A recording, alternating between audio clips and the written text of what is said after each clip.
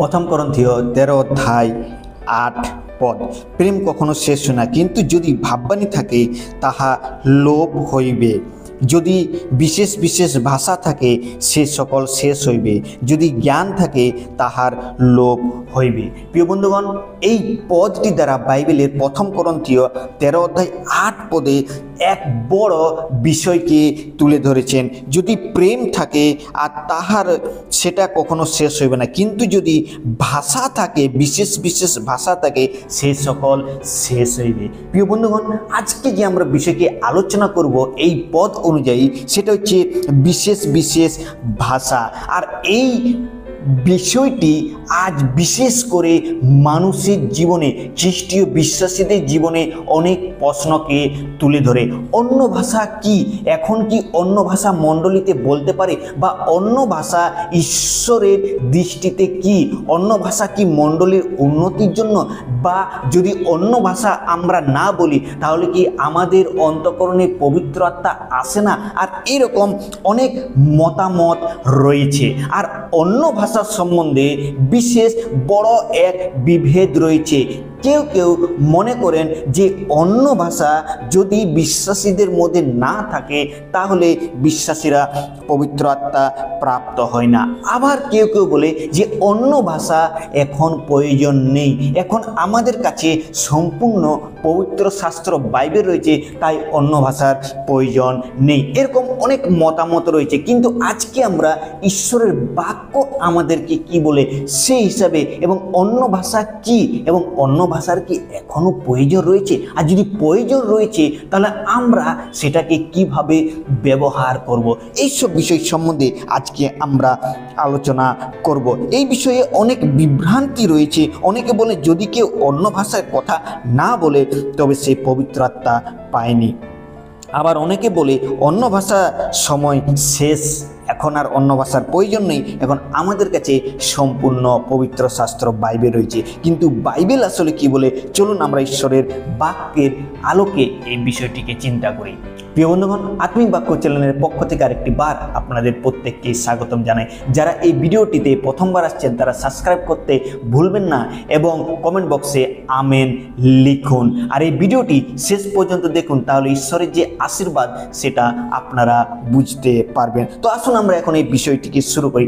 অন্য ভাষা একজন খ্রিস্টীয় বিশ্বাসীদের জন্য খুবই গুরুত্বপূর্ণ বা কেন প্রয়োজন, এইসব বিষয়গুলি আজ বিভিন্ন মণ্ডলীতে মতভেদ রয়েছে। এখন বর্তমান সময়ে মণ্ডলীগুলি অন্য ভাষাকে এক বড় উচ্চ স্তরে নিয়ে গেছেন, আর তারা মনে করেন অন্য ভাষা ছাড়া আর কিছু নেই। তারা মনে করে অন্য ভাষাই হচ্ছে সর্বস্ব এবং অন্য ভাষাই হচ্ছে প্রধান। কিন্তু অন্য ভাষা কি, ঈশ্বরের বাক্য কি বলে, বা কথার থেকে প্রথম অন্য ভাষা শুরু হয়, সেই বিষয়টিকে আমরা দেখে নেব। অন্য ভাষা যেটা, এই শব্দটি প্রথম প্রেরিতের কার্য বিবরণীতে আমরা দেখতে পাই। প্রেরিতের কার্য বিবরণীতে 2 অধ্যায়, যখন প্রভু তিনি স্বর্গারোহণ করেছেন আর বিশ্বাসীরা যখন পঞ্চম সপ্তমীর দিনে যখন তারা জেরুসালেমে ছিলেন, আর সেই সময়ে প্রভু যিশু শিষ্যরা প্রথম পবিত্র আত্মা প্রাপ্ত হন, আর তখন তারা অন্য ভাষায় কথা বলেন। কিন্তু এখানের অন্য ভাষার কথাটা খুব সুন্দরভাবে ব্যবহার হয়েছে। এখানে অন্য ভাষায় এমনভাবে তারা কথা বলছে যে তারা অন্য ভাষাতে কথা বলছে, কিন্তু তারা নিজের নিজের, অন্য যে সাধারণ ব্যক্তিরা রয়েছে তারা নিজের নিজের ভাষাতে তারা সেই ভাষাকে শুনতে পাচ্ছেন। তার মানে এটাই যে জেরুসালেমে অন্য অন্য ভাষাবাদীর লোক ছিলেন, মনে করুন হিন্দিভাষী, বাংলাভাষী, ইংলিশভাষী, সাঁওতালি ভাষী, গ্রিক, হিব্রু, অনেক রকমের ভাষাবাদী সেখানে লোক ছিল। কিন্তু যখন শিষ্যরা বলছে তারা একটা নিজেদের ভাষাতে বলছে, কিন্তু অন্য অন্য যে ভাষাবাদী লোকেরা রয়েছে তারা নিজের নিজের মাতৃভাষায় শুনতে পাচ্ছিলেন।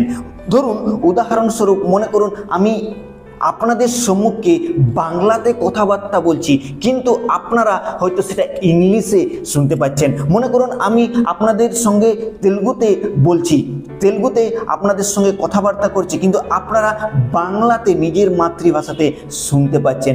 এটা একটা কত আশ্চর্য বিষয় না, কোনো অনুবাদকের প্রয়োজন নেই, আমরা সরাসরি সেই নিজেদের মাতৃভাষায় সেই কথাটাকে শুনতে পাচ্ছি।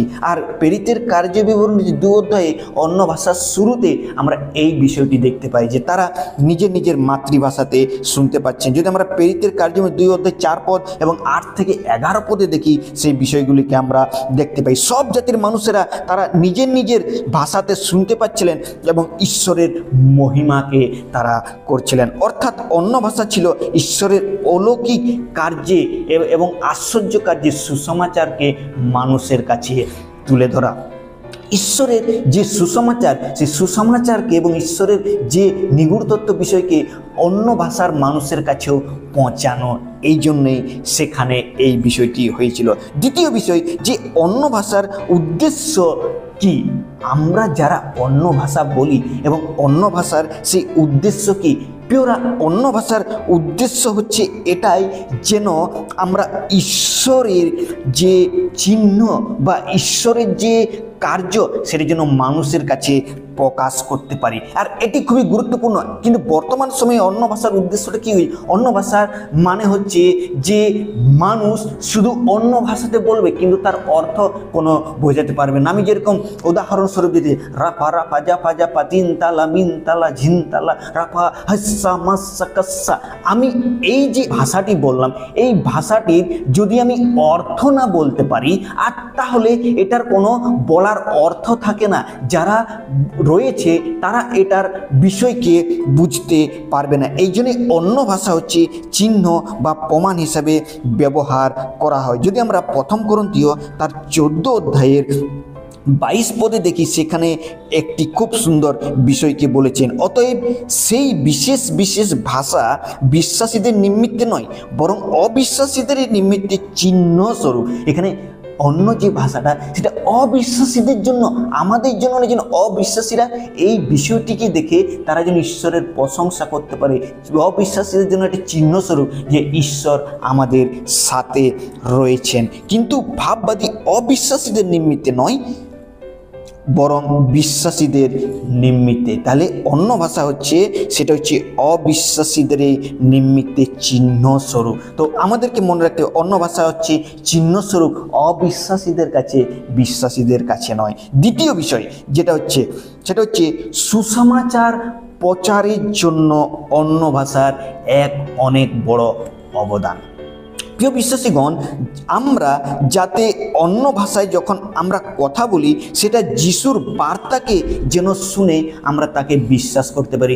প্রভু যিশুর যে সুসমাচার, প্রভু যিশুর যে বার্তা, সেটা যেন আমাদের অন্তঃকরণ পর্যন্ত পৌঁছায়। কিন্তু এখন বর্তমান সময়ের মণ্ডলীগুলো ঈশ্বরের যে সুসমাচারকে না প্রচার করে, তারা রাফা রাফা জাফা জাফা দিন্দা মুন্দা পিনতালা মিনতালা ঝুমতালা করে আজ সময়কে তারা কাটাচ্ছে। রাফা সাফা জাফা জাফা, তারা মানে কোনো জানে না, কিন্তু তারা এই বিষয়গুলিকে বলতে থাকে। তারা অনেক সময় বলতে থাকে রাফালা চাফালা কাফালা তিনামন্ডা অন্ডা ধুমনা ঝাম ঝাম ঝুম ঝাম, এরকম অনেক কিছু বলতে থাকে, কিন্তু যার কোনো অর্থ থাকে না।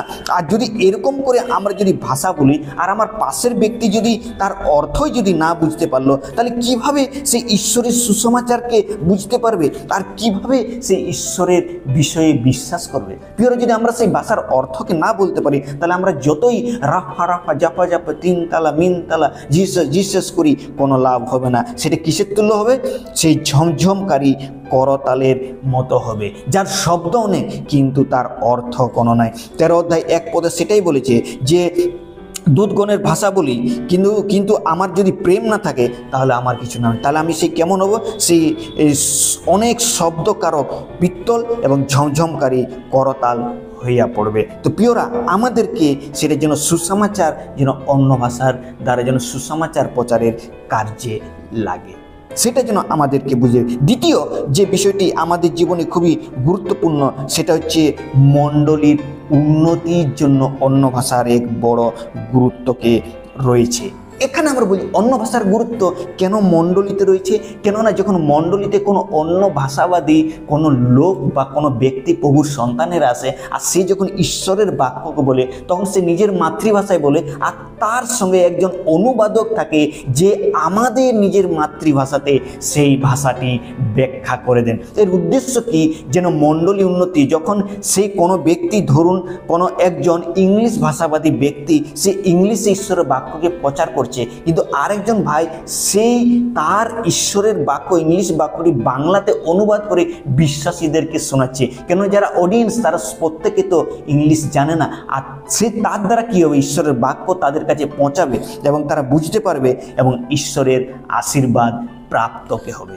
আর এটা খুবই গুরুত্বপূর্ণ বিষয়। এই জন্য এই তিনটি বিষয় আমাদেরকে মনে রাখতে হবে যে অন্য ভাষার উদ্দেশ্যটা শুধু এটাই ছিল যেন চিহ্ন এবং প্রমাণ অন্য বিশ্বাসীদের কাছে হতে পারে। দ্বিতীয়, যেন সুসমাচার প্রচারের কার্যে যেন ব্যবহৃত হতে পারে। তৃতীয়, যেন মণ্ডলীর উন্নতিতে সেটা যেন ব্যবহৃত হতে পারে। কিন্তু এবার বাইবেলে কোথায় অন্য ভাষা ব্যবহার হয়েছে, বাইবেলে কোথায় কোথায় বিশেষ করে এই অন্য ভাষা প্রচলিত হয়েছে, বিশেষ করে প্রথম শতাব্দীর মণ্ডলীতে বেশিরভাগ এই অন্য ভাষা প্রচলিত হয়েছে। এবং অন্য ভাষা বাইবেলে কাদের কাদের কাছে ব্যবহৃত হয়েছে সেই বিষয়টি দেখে নেব। প্রথম প্রেরিতের কার্য বিবরণী 2 অধ্যায় যদি দেখি, সেখানে পঞ্চম সপ্তমীর দিনে প্রথম জেরুজালেমে সেখানে অন্য ভাষা আমরা দেখতে পাই। আর এই অন্য ভাষাটি প্রত্যেক জাতির জন্য, জনসাধারণের জন্য, সেখানে যতজন উপস্থিত হয়েছিল অন্য অন্য ভাষাবাদীরা তারা সেই বিষয়টিকে বুঝতে পেরেছিল। দ্বিতীয়, প্রেরিতের 10 অধ্যায়ে যদি আমরা আসি, সেখানে আমরা দেখতে পাই কর্নেলিয়াসের গৃহে সেখানে অন্য ভাষা প্রথম অবিশ্বাসীরা অন্য ভাষা বলে। এখানে পিতর যে শিষ্যরা ছিল তারা জিহুদি ছিল, জিহুদিরা তারা প্রথমে অন্য ভাষা বলেছিল। দ্বিতীয় প্রেরিতের কার্যবিবরণী 10 অধ্যায়ে যখন আসি, আর তখন আমরা দেখতে পাই অন্য জাতি, কর্নেলিয় একজন অন্য জাতি ছিলেন, আর সে তার গৃহে যখন পবিত্র আত্মা আসে, এক অজিহুদিরাও সেখানে পবিত্র আত্মা প্রাপ্ত হয়, আর তারা তখন অন্য ভাষাতে কথা বলেন। তৃতীয় বিষয় যেটা হচ্ছে প্রেরিতের কার্যবিবরণী 19 অধ্যায়ে যখন আমরা আসি, সেখানে ইপিসিওতে আমরা দেখতে পাই কিছু সাধারণ বিশ্বাসীরা যখন প্রভু যিশুতে বিশ্বাস করছে, আর তখন তারা অন্য ভাষায় কথা বলছেন। তো এখানে জিহুদিরা প্রথমে অন্য ভাষায় কথা বলেছে, তার প্রভু যিশুর শিষ্যরা, তারপর অন্য জাতির লোকেরা এবং বিশ্বাসীরাও অন্য ভাষাতে কথা বলছেন। এই তিনটি ঘটনাই নতুন অধ্যায়ের এবং প্রথম শতাব্দীর মণ্ডলীর সূচনার ক্ষেত্রে বলা হয়। অর্থাৎ ঈশ্বরের একটা জিহুদি এবং অন্য জাতি এবং বিশ্বাসীদের মধ্যেও সমানভাবে এই কাজকে করে চলেছিলেন। এইবার যে মূল বিষয়টি আছে যে অন্য ভাষা এখন কি আমাদের জন্য প্রয়োজন রয়েছে, অন্য ভাষা এখন কি আমরা বলতে পারি, বা অন্য ভাষা আমাদের বিশ্বাসীদের জীবনে বা মণ্ডলীগুলিতে এখন কি প্রয়োজন রয়েছে। ঈশ্বরে কি বলে এখন প্রশ্ন হচ্ছে, আজও কি অন্য ভাষা প্রয়োজন রয়েছে? আমি পড়েছিলাম প্রথম করিন্থীয় 13 অধ্যায় 8 পদে যে সেখানে প্রেম কখনো শেষ হবে না, কিন্তু যদি ভাববাণী থাকে তাও শেষ লোপ হয়ে যাবে, যদি বিশেষ বিশেষ ভাষা থাকে সেগুলো শেষ হয়ে যাবে। কেননা এখানে প্রেরিত পৌল বোঝাতে চেয়েছিলেন যে ভাষা ছিল এক সময়ে মণ্ডলীর প্রতিষ্ঠার জন্য, কিন্তু এখন আমাদের ঈশ্বরের অন্য অন্য যে আশীর্বাদ দানগুলি সেগুলো পবিত্র আত্মার মাধ্যমে ঈশ্বরের বাক্যর দ্বারাই আমাদের কাছে প্রকাশিত হয়। এই জন্যই প্রথম করিন্থীয় 13 অধ্যায় 10 পদে বলেছে, কিন্তু যাহা পূর্ণ তাহা আসিলে যাহা অংশ মাত্র তাহা লোপ হইবে। এখানে পূর্ণ বলতে ঈশ্বরের বাক্য, আর এখন আমাদের কাছে ঈশ্বরের পূর্ণ বাইবেল রয়েছে, যার দ্বারা আমরা ঈশ্বরের সঙ্গে সরাসরি কথা বলতে পারি এবং ঈশ্বরও আমাদের সঙ্গে কথা বলেন। দ্বিতীয় তিমথিও 3 অধ্যায় 16-17 পদে সেখানে খুব সুন্দর বিষয় বলেছে ঈশ্বরের বাক্য সম্বন্ধে। ঈশ্বরের নিঃশ্বাসিত প্রত্যেক শাস্ত্রলিপি আবার শিক্ষার, অনুযোগের, সংশোধনের, ধার্মিকতার সম্বন্ধীয় শাসনের নিমিত্তে উপকারী, যেন ঈশ্বরের লোক পরিপক্ক সমস্ত সৎকর্মের জন্য সুসজ্জীভূত হয়। তাহলে ঈশ্বরের আজও আমাদের যে অন্য ভাষার প্রয়োজন নাই, কিন্তু ঈশ্বরের বাক্য আমাদেরকে সেগুলোতে কি করে শাসন করে, ঈশ্বরের বাক্য আমাদেরকে শিক্ষা দেয়, ঈশ্বরের বাক্য আমাদের অনুযোগে সংশোধন করে এবং ধার্মিকতার সম্বন্ধে বুঝতে সাহায্য করে, এবং ঈশ্বরের আমরা যারা লোকেরা রয়েছে তারা পরিপক্ক হয় এবং সমস্ত সৎ কার্যে সুসজ্জীভূত। অতএব এখন আমাদের নির্দেশনা এটাই যে বাইবেল থেকে আমাদের সেই ঈশ্বরের সেই বিষয়টিকে জেনে নেওয়া প্রয়োজন। এবার আজ বর্তমান সময়ে মণ্ডলীগুলো কি করছে, তারা অন্য ভাষাকে বেশি প্রাধান্য দিচ্ছে, ঈশ্বরের বাক্যকে ছেড়ে তারা অন্য ভাষাকে বেশি প্রাধান্য দিচ্ছে। তারা ঈশ্বরের বাক্যকে দূরে রেখে তারা অন্য ভাষার যে কার্যগুলি অন্য ভাষা মানুষকে শেখাচ্ছে এবং অন্য ভাষায় তারা কথা বলছে যার অর্থ তারা নিজেও বলতে পারে না। অন্য ভাষার সমর্থন করে যারা অন্য ভাষাতে বেশি প্রাধান্য দেয় এবং যারা অন্য ভাষাকেই ধরে রাখে তাদের সম্পর্কে আমাদের কেমন চিন্তাধারা থাকা উচিত। আমরা কাউকে বিচার করতে পারি না, কেননা ঈশ্বরই আমাদের প্রত্যেককে বিচার করবে, কিন্তু ঈশ্বর তার সন্তানদেরকে সঠিক জ্ঞান এবং পরীক্ষা করার জন্য এবং বুঝে নেওয়ার জন্য শক্তি এবং সামর্থ্যকে দিয়েছেন। যেমন প্রথম যোহন 4:1 তিনি বলেছেন, প্রথম অধ্যায় 4:1 তিনি খুব সুন্দর বলেছেন একটা বিষয়, প্রিয়তমেরা তোমরা সকল আত্মাকে বিশ্বাস করিও না, বরং আত্মা সকলের পরীক্ষা করিয়া দেখো তাহারা ঈশ্বর হইতে কি না, কারণ অনেক ভ্রান্ত ভাববাদী জগতে বাহির হইয়াছে। হ্যাঁ প্রিয় বন্ধুগণ, আজ অনেক ভ্রান্ত ভাববাদী যারা এই সংসারে প্রবেশ করেছে, এই সংসারে উপস্থিত হয়েছে এবং তারা এই ভ্রান্ত ভাববাদী জগতে বাহির হইয়াছে। তারা কি করে, তারা অন্য ভাষাকে ধরে রাখে এবং তারা ঈশ্বরের লোকেদেরকে ভ্রান্ত করে। কিন্তু এখানে ঈশ্বরের বাক্য ক্লিয়ার করছে, প্রথম জন বলছে তোমরা সকল আত্মাকে বিশ্বাস করিও না,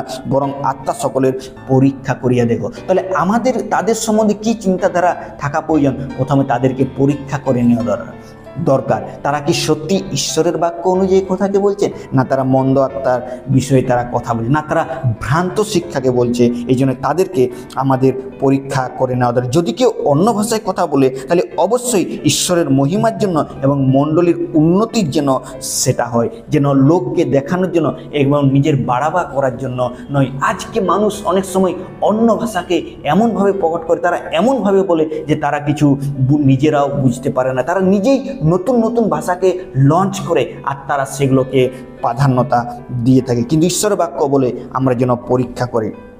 দ্বিতীয় বিষয়, প্রথম করিন্থীয় 14:27 এবং 28 যদি কেউ বিশেষ ভাষায় কথা বলে তবে 2 জন কিংবা অধিক হইলে 3 জন বলুক, পালানুক্রমেই বলুক, আর 1 জন অর্থ বুঝাইয়া দিও। কিন্তু অর্থকারক না থাকিলে সেই ব্যক্তি মণ্ডলীতে নীরব হইয়া থাকুক, কেবল আপনার ও ঈশ্বরের উদ্দেশ্যে কথা বলি। এখানে অন্য ভাষা যখন বলি সেটার জন্য অর্থ আমরা যারা রয়েছে অডিয়েন্স, যারা বিশ্বাসী রয়েছে, যেন তাদেরকে আমরা বলে দিই। অর্থাৎ বাইবেল স্পষ্ট বলে যে এটাতে যেন মণ্ডলীতে বিশৃঙ্খলা না আমরা শুরু করি। কিন্তু আজকে আমরা দেখতে পাই মানুষ বড় বড় স্টেজ প্রোগ্রাম দাঁড়িয়ে তারা শুধু অন্য ভাষা বলতে পারে, বলতেই থাকে, কিন্তু অডিয়েন্স যে তাদেরকে অর্থ, যারা দর্শকেরা রয়েছে তাদেরকে অর্থ তারা কখনো বলে দেয় না, আর এটা মণ্ডলীতে এক বিশৃঙ্খলাকে তৈরি করে।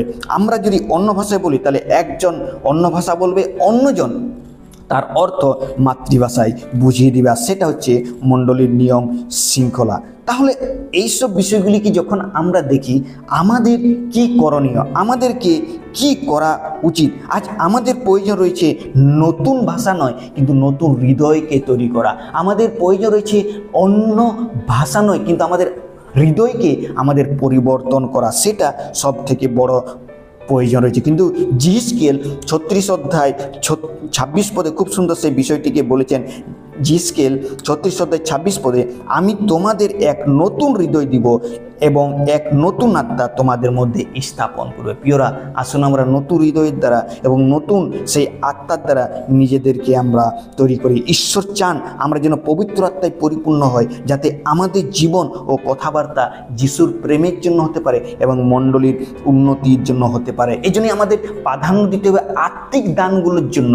আমরা অন্য ভাষাকে না প্রাধান্য দিয়ে আত্মিক বিষয়গুলোকে আমাদের প্রাধান্য দেওয়া প্রয়োজন। যে আত্মার ফল সেইগুলোকে আমাদের প্রাধান্য প্রাধান্য দেওয়া দরকার। সেই আত্মার ফলগুলো কি?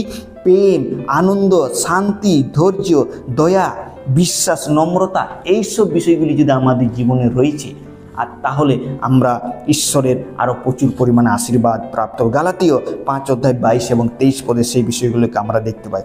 প্রিয় বন্ধুগণ, শেষে আমি একটাই কথা বলতে চাই বন্ধুগণ, অন্য ভাষা একসময় মণ্ডলীর বিকাশের জন্য এবং মণ্ডলীর উন্নতির জন্য এবং ঈশ্বরের সুসমাচার প্রচারের জন্য এটা যেন কাজে লাগে, কিন্তু আজ ঈশ্বর চান আমরা যেন ঈশ্বরের বাক্য এবং আত্মার শক্তি দ্বারা জীবনযাপন করি। ঈশ্বর বাক্য যখন আমাদের হৃদয়ে স্থাপন করেছেন এবং ঈশ্বরের বাক্য যখন আমাদের কাছে সম্পূর্ণ রয়েছে, আসুন আমরা ঈশ্বরের বাক্য অনুযায়ী জীবনযাপন করি, আর তাহলে ঈশ্বর আমাদেরকে আরও প্রচুর পরিমাণে আশীর্বাদ করবেন। আমি আশা করছি এই ভিডিওটির দ্বারা আপনারা বুঝতে পেরেছেন, না হলে নেক্সট ভিডিওতে আমরা আরও এই অন্য ভাষার সম্বন্ধে শিখে নেব। আজকের মতো এতদূর পর্যন্তই। ঈশ্বর আপনাদের প্রত্যেককে আশীর্বাদ করুন এবং ঈশ্বরের নাম মহিমান্বিত হতেও সাহায্য করুন। এই ছোট্ট চিন্তাধারার দ্বারা ঈশ্বর আপনাদের প্রত্যেককে আশীর্বাদ করুন। ঈশ্বরের নাম মহিমান্বিত হোক।